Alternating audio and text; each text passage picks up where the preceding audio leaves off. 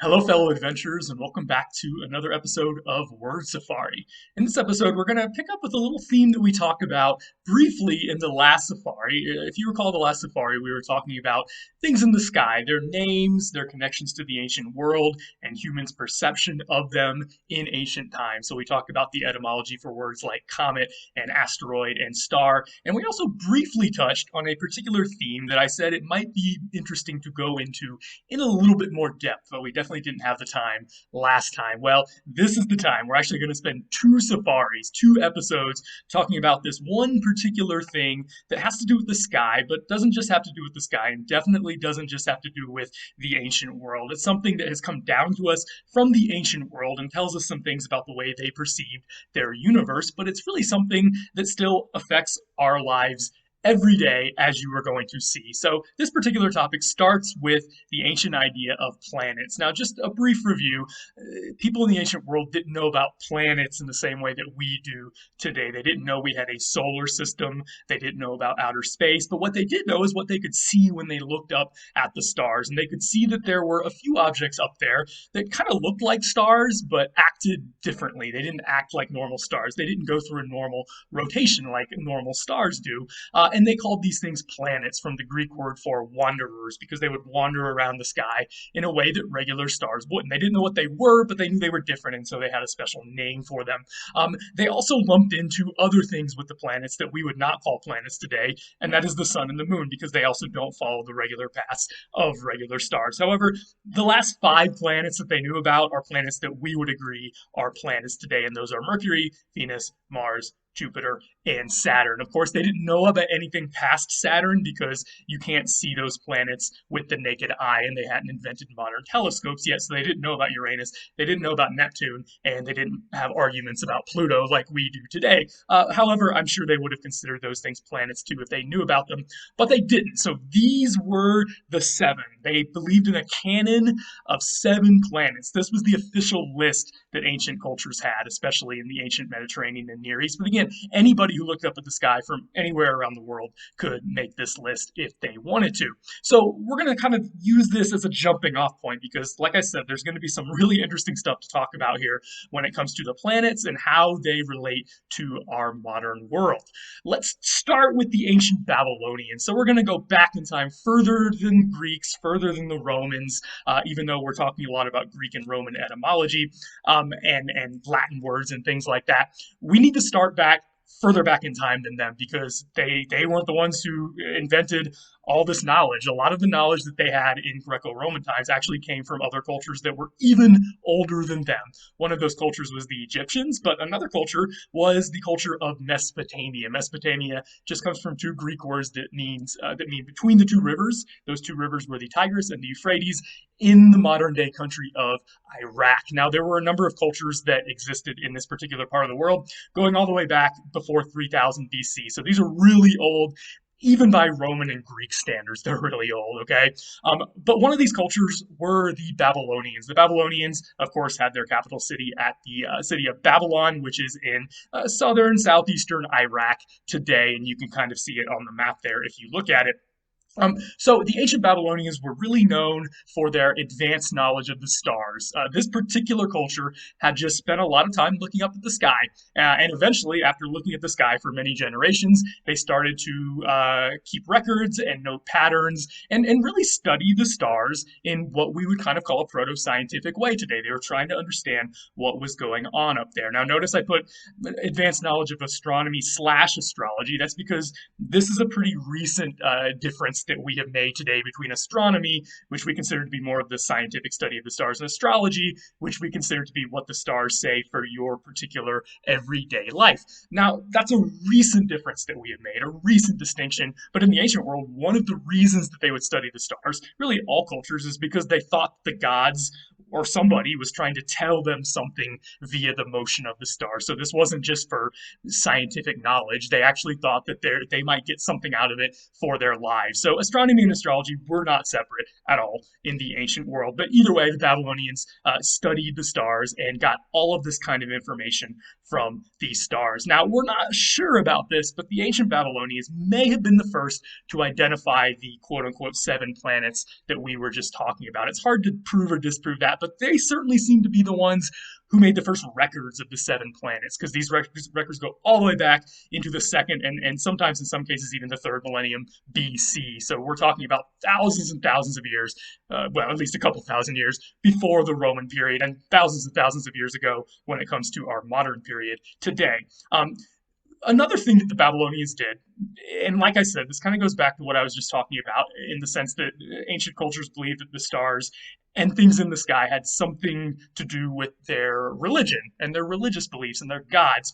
The Babylonians associated one of their gods with each of the planets. In other words, each of those 7 planets that we were talking about, the Babylonians said, that one's associated with one of our gods, that one's associated with another one of our gods, and they just called them by the names of these 7 gods. Now, the first 2 are pretty easy. The sun, they just called by the name of their sun god, Shamash, which also is the regular word for sun in Babylonian, so nothing complicated there.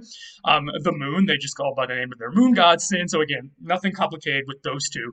But then they used 5 other particular, more personified deities for the other 5 planets. In other words, for what we would today call Mercury, Venus, Mars, Jupiter, and Saturn. They had these 5 names. These are the 5 names that they gave to those planets in no particular order, and I'm not going to tell you which one is which, but I promise we will get to that.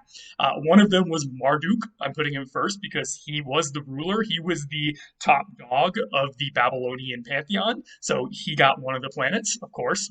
Another one was the goddess Ishtar. Ishtar was the Babylonian goddess of love.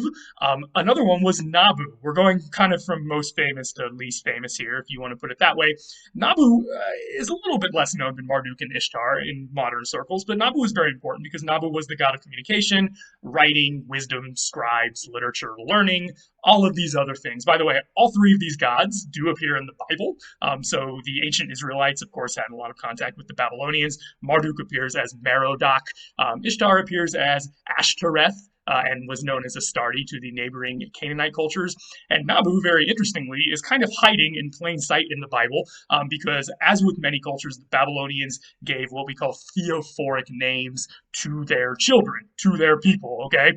In other words, the names of gods would oftentimes be embedded in the names of people. Now, probably literally the most famous Babylonian who has ever lived, well, maybe the second. Hammurabi might be the most famous Babylonian, but after Hammurabi, and definitely competing with him, is a guy you may have heard of named Nebuchadnezzar. Nebuchadnezzar actually has Nabu in his name. His Babylonian name, as he would have pronounced it in his native language, was Nabu-kudurri-utsur, which is actually a whole sentence in Babylonian, and it means Nabu, protect my firstborn. This is the name that his father gave him as a prayer to the god Nabu to protect him, little baby Nebuchadnezzar. And as we know, he went on to have a very long and prosperous reign, so I assume the prayer worked, or at least his father would have believed it did. So Nabu is hiding in plain sight, right there in the Bible, in the name of Nebuchadnezzar, and some other names as well, but he's the most famous one. The last two deities that they chose are not quite as famous. Nergal is associated with the underworld and destruction. And finally, Ninib is an older god in the Babylonian pantheon, still pretty vibrant in some later traditions, but he's associated with agriculture and some other stuff as well. Again, I'm not going to tell you which of those planets align with which of these gods just yet, but I just want to put this out here for now that these are the 5 gods in the Babylonian pantheon that they used and associated with the 5 other planets other than the sun and the moon. Now, we're going to fast forward back to the Greek period. I know, again, we talk a lot about the Greco-Roman period on this channel, and for good reason, because we get so many ideas and words and concepts from that period, but it does help to rewind sometimes and go back to the things that they were learning from. So we got to go all the way to the 300s BC. So we're fast forwarding 2,000 plus years at this point from when the Babylonians had really started to come up with a lot of this stuff and again, identified gods and planets and everything else. Now, you probably have heard of Alexander the Great. He was a very famous person, not quite Greek, he was Macedonian, but he was the one who really brought Greek culture to the entire, what we would today call Middle East, but we usually call it the Near East for some specific reasons. So Alexander the Great conquered everything from what's now Greece to India. and everything in between. You can see it on the map there. Everything that's kind of light and not shaded on the map was Alexander the Great's empire. Obviously, that includes modern-day Iraq, and that included the city of Babylon, and a lot of other centers of ancient learning, such as Egypt as well. This inaugurates what we call the Hellenistic era. Hellenistic is just a fancy word for Greek because the native Greek term for Greek has always been Hellene or Hellenic or something like that. So that's all the Hellenistic era means, is the Greek era. Now, the Greeks had already been learning a lot of things from the cultures to the east before the 300s BC when Alexander the Great came along and brought Greek hegemony to this entire area. But as you can imagine, the fact that Alexander the Great united this whole area into one big empire really sped up the process of the Greeks learning from Babylonians, and again, other people too, Egyptians and other cultures in the area, but we're really interested in the Babylonians here. So this inaugurated the Hellenistic era, which was not just a political era, but also a really vibrant era of science and learning and trying to push forward the boundaries of knowledge. Now, they weren't close in some ways to what we would call modern science today, but in other ways they actually got surprisingly close. And one of the things they were really interested in, again, was the nature of the cosmos, the nature of the universe, and how we relate to it, and how we relate to the things up there, and if there are gods, which almost everyone believed, how they relate to us. So the Greeks inherited these ideas from the Babylonians that we have just been talking about, and they started to build on that knowledge. So they inherited the idea about 7 planets. Again, they already knew about this before Alexander the Great because they had already been talking to each other and sharing ideas. But again, it got really vibrant during this period that we call the Hellenistic era. So they inherited the idea about 7 planets. They also inherited the idea about 7 gods who were associated with those planets. However, they weren't just going to take the Babylonian names over into their Greek pantheon. If you know anything about ancient Greece, they had a very vibrant mythology, and you can still take classes on Greek mythology, of course, at many universities and read many books about it today. So the Greeks said, okay, great. So you Babylonians associate 7 gods with the 7 planets. We're going to do the same thing, but we're going to translate the gods into the Greek pantheon. Now, this would have actually been a pretty normal thing that people did back then. When they came into contact with other cultures, they would talk to each other about their gods, and they wouldn't be exclusive about this. They wouldn't usually say, our gods are right and your gods are wrong. The normal reaction would be, our gods are probably mostly the same as your gods, but we just call them by different names. So you can kind of translate these gods from your names into our names, and they're basically the same gods. So that's basically what the Greeks did when they came into contact with the Babylonian pantheon. So they renamed the planets and the gods associated with them, but they probably wouldn't have said they were totally changing the names. They're just sort of translating them into the Greek pantheon. Now, again, the first 2 are pretty easy. The Greeks just used their sun god, Helios, or Helios, to refer to the sun, and their moon god, Selene or Selene, as they would have pronounced it there in ancient Greek. It doesn't matter either way. But then the next 5 are going to be more interesting because the Greeks had to, of course, use some specific personified deities in their pantheon, all right? So let's go through these one by one. They took Marduk. They heard about Marduk in the Babylonian pantheon. And again, Marduk was sort of the alpha male god. And the Greeks said, well, duh, that's Zeus. Who else could that be? Because they match up very well. So the planet that the Babylonians called Marduk, the Greeks called Zeus. Easy, right?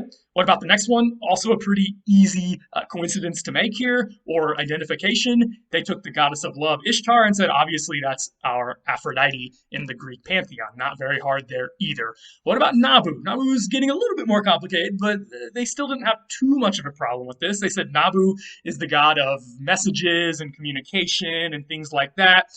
He's also the god of wisdom, and so they could have made him somebody else like Apollo maybe, but they said because of all the communication and messages and everything else that Nabu does in the Babylonian pantheon, this is probably Hermes. So they went ahead and used Hermes as the stand-in for Nabu. What about Nergal? Nergal was a little bit more complicated because he is an underworld god, and so your first inclination might be to say Nergal should be Hades, but he's also a god of war and destruction. And the Greeks kind of latched onto that particular part of him and said, well, we have a god of war and destruction too. That's, of course, Ares in the Greek pantheon. Finally, Ninib. This might have been the most interesting interesting one. Nineveh, they said, okay, he's a god kind of, been around a while, associated with agriculture.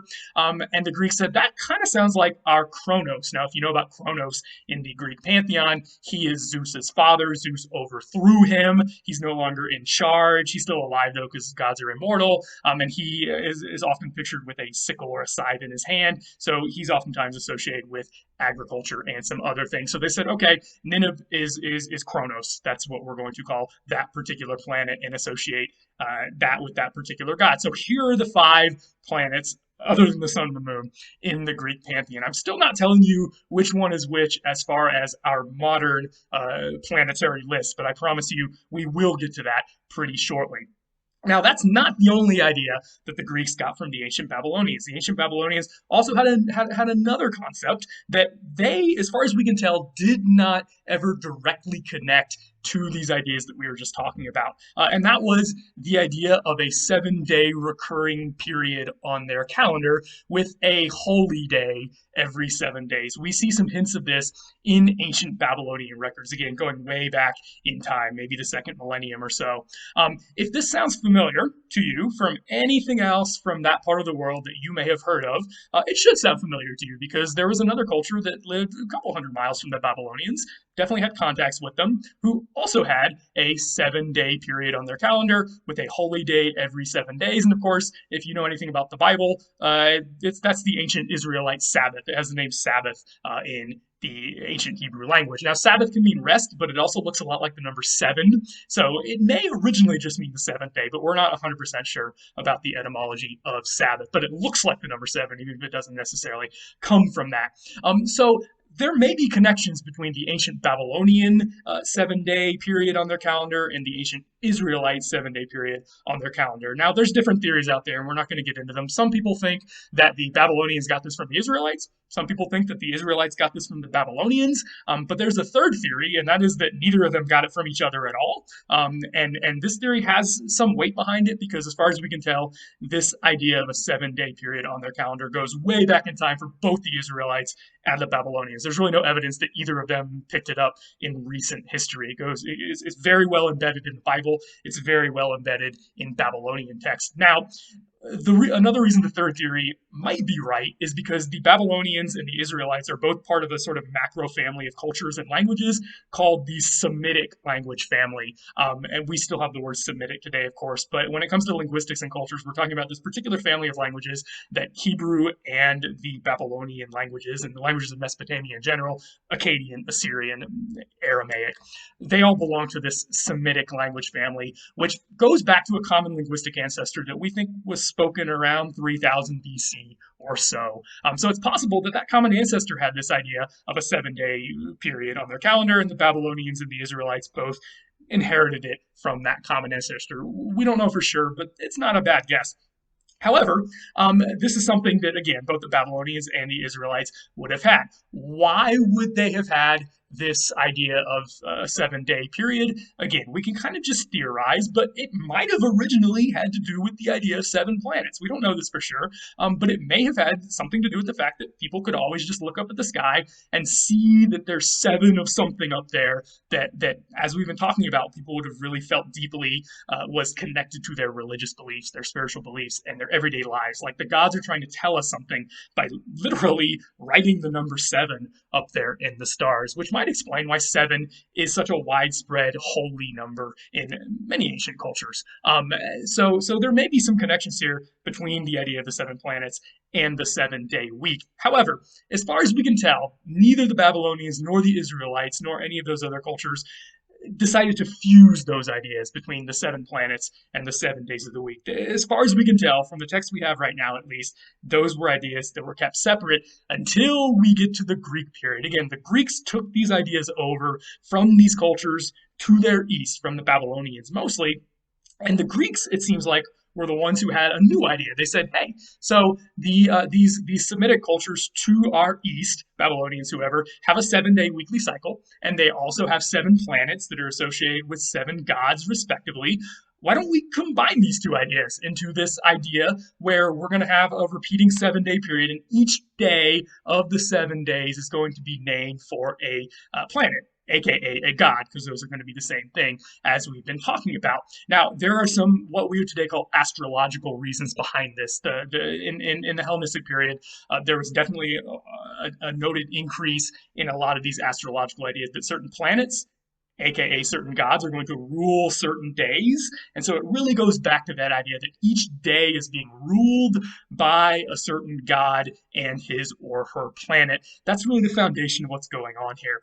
Um, Now, this was invented by philosophers and academics in the Hellenistic period, but we don't see a lot of evidence of it becoming widespread among the entire culture until the Roman imperial period, so somewhere around the first century. So there may have been 200 or 300 years between when this was invented in the Hellenistic period and it started to just be the normal thing that everybody did in their culture, and the way that everybody would date things with a particular day of the week that is named after a particular god or planet. But by the first, second, third century of our era, this came to be the normal way that you would use a calendar all across what's now Europe, Southern Europe at least, North Africa, and what we would today call the Middle East.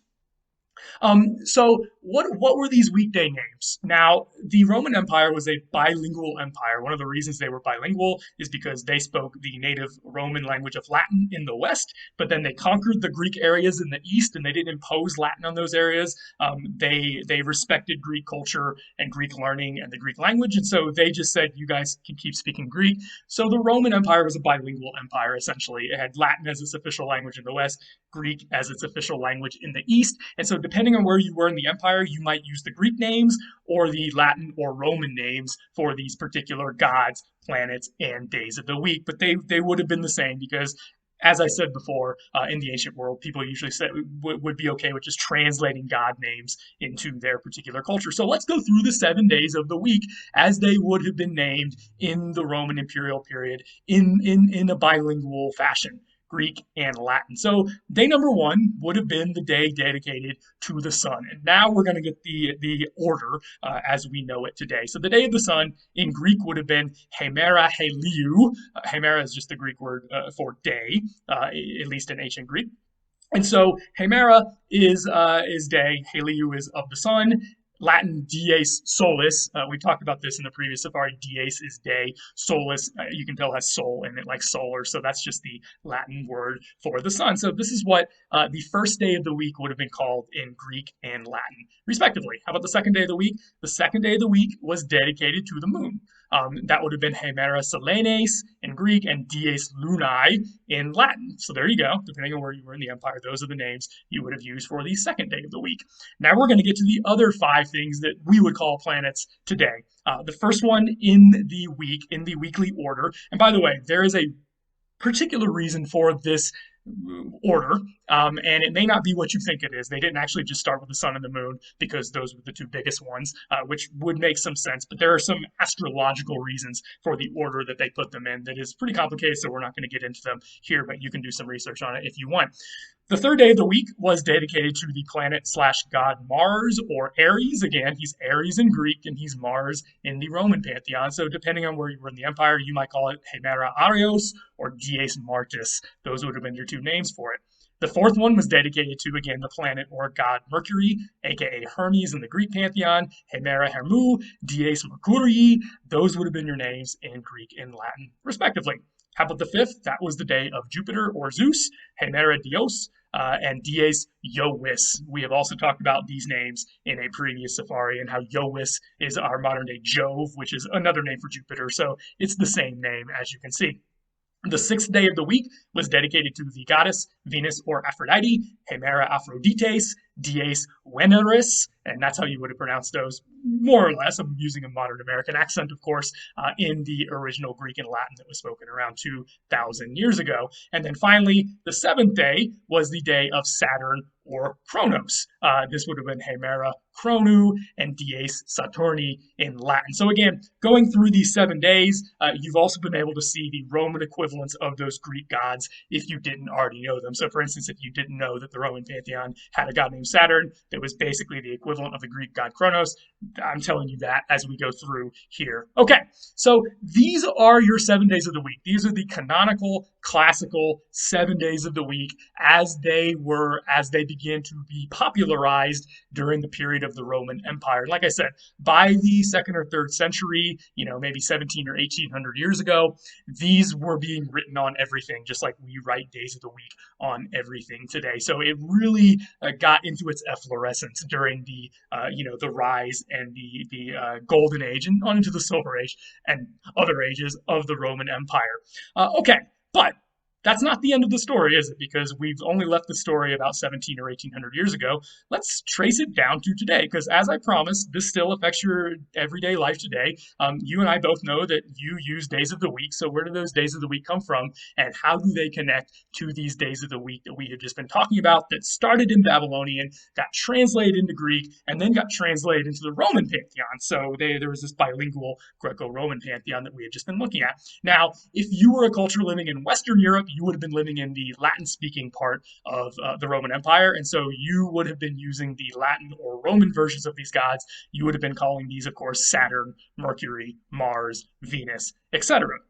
Okay, now if you fast forward, of course, we know that there are languages in Western Europe and Southern Europe that still speak descendants of Latin. We call them the Romance languages, and they still use forms of these names today. Now, I'm just going to take the two most widely spoken Romance languages, Spanish and French, and show you kind of how these have evolved in these day names have evolved in Spanish and French. So the second day of the week, remember, in Latin was dies lunae.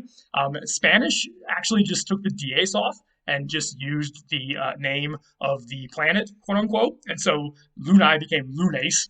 There's a reason why they put the S on the end, but we don't need to worry too much about it. French, on the other hand, actually took the D and put it at the end. So that's what's left of the dies. Lundi in French is just lunae, dies, and they switched the order of the words, which you could totally do in Latin. By the way, why am I starting with the number 2 and not the number 1? Well, in the Romance languages and later on in the Roman Empire, when the empire became Christianized, they actually changed the names of the first and the last day of the week to reflect Judeo-Christian ideas. So if you know, the name of the first day of the week in most of the Romance languages is Doming, something like Domingo in Spanish. This actually comes from Dominicus. This is yet another thing we have actually talked about on a previous safari, and that just comes from a word in Latin that means the Lord's Day. So the first day of the week, of course, in Christianity is the Lord's Day, and so Sunday got renamed the Lord's Day. The last day of the week is the Sabbath in Judaism, and so that actually got renamed Sabbath, something like Sábado in Spanish today. So we're actually not going to talk about 1 or 7 on this particular list because they did get renamed a couple hundred years later, but 2 through 6 did not get renamed in most of the Romance languages. You might know one that they got renamed in, but most of the Romance languages actually kept these. In Latin, again, the third day of the week, Mars Day, Dies Martis, became Martes. You can actually see that really didn't change much at all from Latin into Spanish. And again, French put the D on the end of it, but kept the rest of it Mardi, like Mardi Gras, for instance, right? The fourth day was, again, Dies Mercurii. This became Miércoles in Spanish and Mercredi in French. The fifth day, again, Jupiter's Day, Jove's Day, Dies Jovis, as it would have originally been pronounced, became Jueves.